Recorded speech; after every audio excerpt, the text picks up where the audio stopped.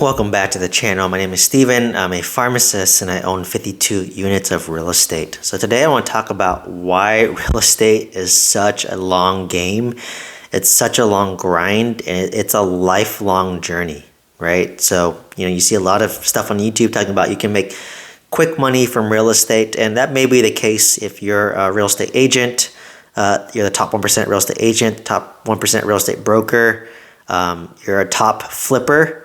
You're a top wholesaler, because that's fast cash, right? But I'm talking about if you want to build true wealth from real estate, right? Like that means that you're going to have appreciation over time. You're going to get rental income increases over time. You're going to have principal paid on the loan over time. You're going to have your depreciation of your property, of those passive losses, which can offset your income.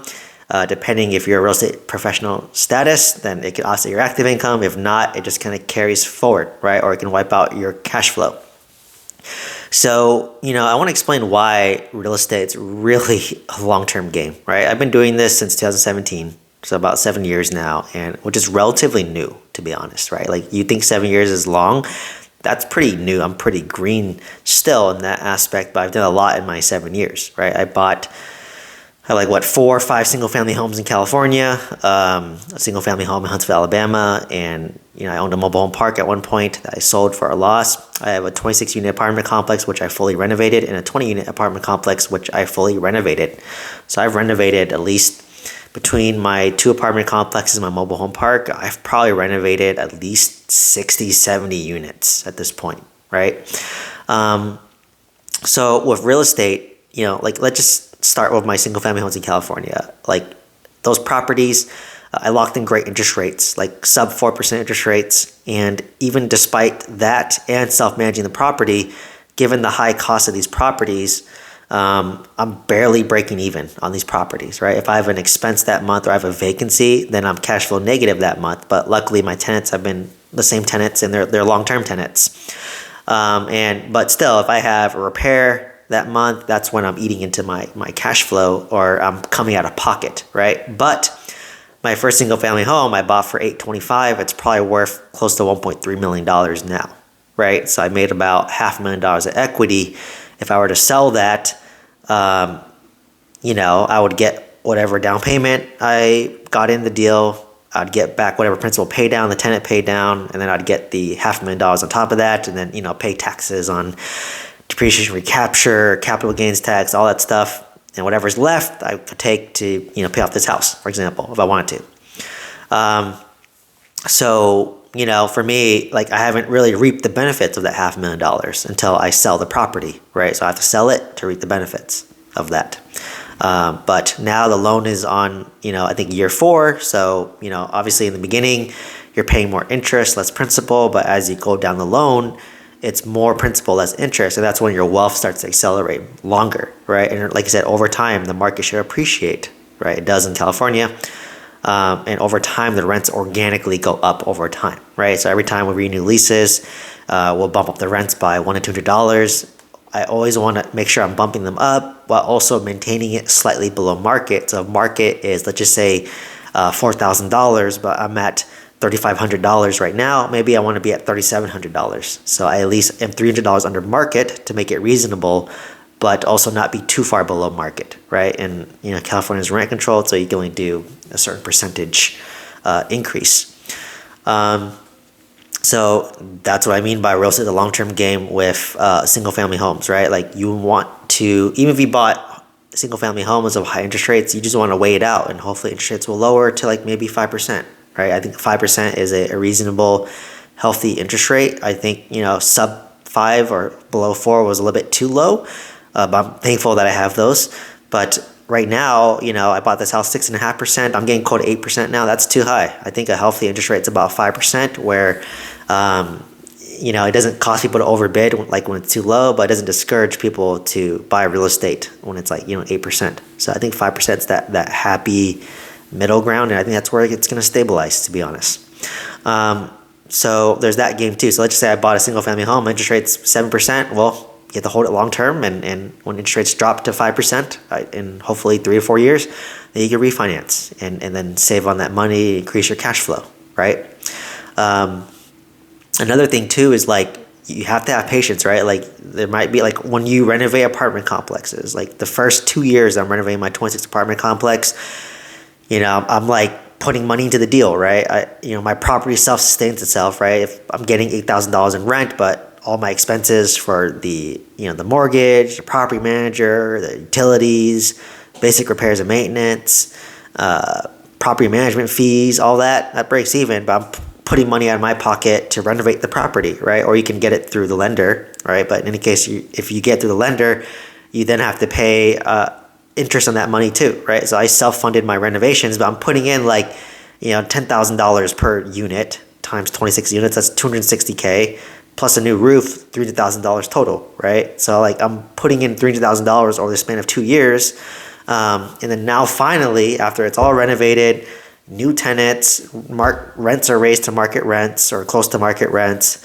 Now I'm cash flowing, right? Like when I first took over the apartment, I was probably getting about $7,000 a month in gross rents. And fast forward to today, it's renovated, rented at market rents, and it's 90% occupied. I'm getting about maybe close to $17,000 in cash flow. So I was able to increase my income by $10,000 a month between renovations and getting, closer to market rents and, a new tenant base. So, it's a long-term game, right? But then, like you said, I could cash flow $8,000 a month, but maybe one month the HVAC breaks. That cost me $5,000. A plumbing issue cost me $8,000. I might have lost that month of cash flow.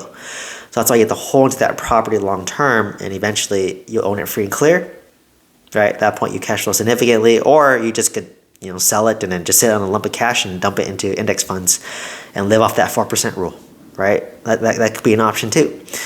So like that's what I mean by it's a long-term game, right? Like I've owned my apartment for 3 years now, and this is the first year. The first 2 years I'm just renovating it, but now year 3 and beyond, I'm starting to reap the benefit of the cash flow, right? That's for my 26 unit because I have a great 4% interest on that property. But for my 20 unit, I have a 6.5% interest rate because I refinanced it during when interest rates were skyrocketing, and that one only cash flows. It's stabilized now, but that one cash flows about $1,500 a month. But realistically, that's just a reserve fund, right? Like I'm not going to live off that cash flow. If something breaks, that's my reserve fund, or a tenant moves out. There you go. So just kind of saying that as well. And then my mobile home park, I'm getting $2,200 a month on my note payment. And that's great and all, but what I'm really waiting for is to get my lump sum back. Hopefully I get my lump sum back of money, which is $450K, which is then I'll use that to either pay off this house, or I'll use that to down payment on another property that I want to buy and renovate and flip. So that's what I mean by real estate is a long-term wealth builder, right? And so how I view real estate now is the immediate benefits of real estate are the tax benefits, assuming that you qualify as a real estate professional status. Right? So when I buy a piece of real estate, you can depreciate 30% of the value, assuming you do a cost segregation analysis, right? So let's just say I buy $1 million home, I do a cost segregation study on it, I can write off, I have $300,000 in passive losses if I'm a real estate professional status and I'm making $300,000 in my W-2, I just wiped out my W-2 income and Uncle Sam's gonna give me $150K back when I file my taxes, right? That's kind of the game that you play. So the initial benefit is always the tax benefits. The future benefit is as you pay down the property, as you pay down the loan, or as your tenants pay down your loan, as your rents increase over time, as the value increases over time. That's when you get the benefits of the real estate long term, 10 years plus out. So the immediate benefit is tax benefit. That's instant gratification is the tax benefits, right? Within a year, boom, you get your tax benefit, you get a refund from Uncle Sam. If you own a business, you own a W-2. The long-term benefits is principal pay down, appreciation over time, rent increases over time. Your loan will be paid off. Your rent will be higher.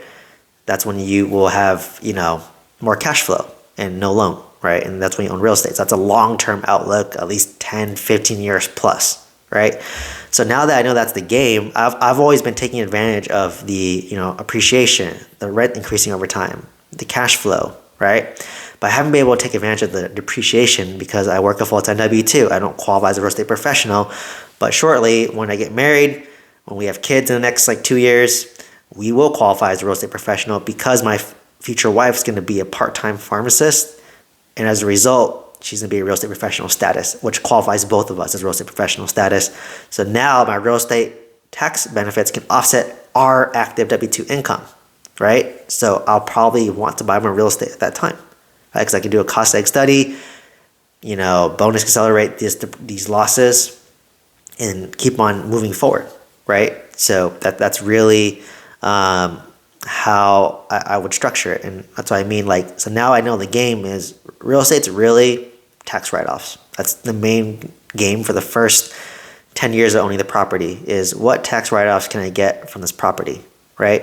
For the first, not even 10 years, I'd say the first 5 years. After 5 years, once you get to that 10 to 15 year mark, that's when you get the benefits of rents going up over time, principal pay down, market appreciation over time. So that's what I mean, real estate's a long-term game. That's why a lot of the real estate investors who own a lot of real estate, they have a business on the side, or they have a business as well. They might be a real estate broker, they might fix and flip because they want active income and they offset it with their passive losses. So this is what I mean by real estate's a long-term game. It's a lifelong journey, and it requires you to constantly buy real estate and to constantly learn and better yourself. Anyways, if you want to buy multifamily real estate with some guidance, check out my mentorship program down below. Otherwise, let me know what comments or questions you have. Hope to see you next one. Thank you so much.